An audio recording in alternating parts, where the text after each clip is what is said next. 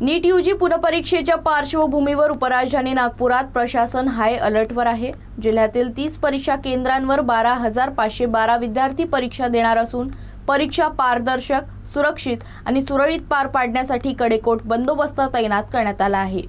विद्यार्थ्यांच्या सोयीसाठी मोफत आपली बस सेवासह विविध सुविधा उपलब्ध करून देण्यात आल्या आहेत। नीट यूजी पुनःपरीक्षेसाठी नागपूर जिल्हा प्रशासनाने व्यापक सुरक्षा आणि नियोजनाची तयारी पूर्ण केली आहे।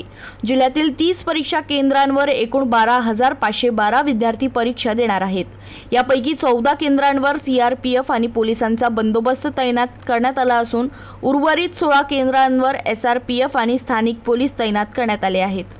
देशभरात नीट परीक्षेबाबत यापूर्वी झालेल्या वादाच्या पार्श्वभूमीवर यंदा कोणतीही अनियमितता होऊ नये यासाठी प्रशासन विशेष दक्षता घेत आहे।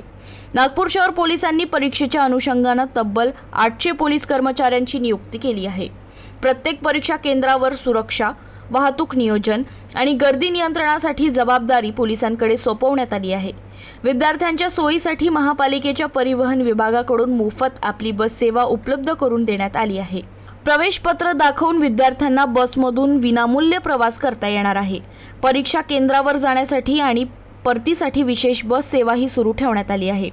जिल्हाधिकारी कुमार आशीर्वाद यांनी सर्व परीक्षा केंद्रांवर पिण्याचं पाणी, स्वच्छतागृह, वीज आणि इतर आवश्यक सुविधांची उपलब्धता सुनिश्चित करण्याचे निर्देश दिले आहेत। तसंच परीक्षेपूर्वी सर्व 30 केंद्रांवर मॉकड्रिल घेऊन सुरक्षा, प्रवेश प्रक्रिया आणि आपत्कालीन यंत्रणेची चाचणी करण्यात आली आहे।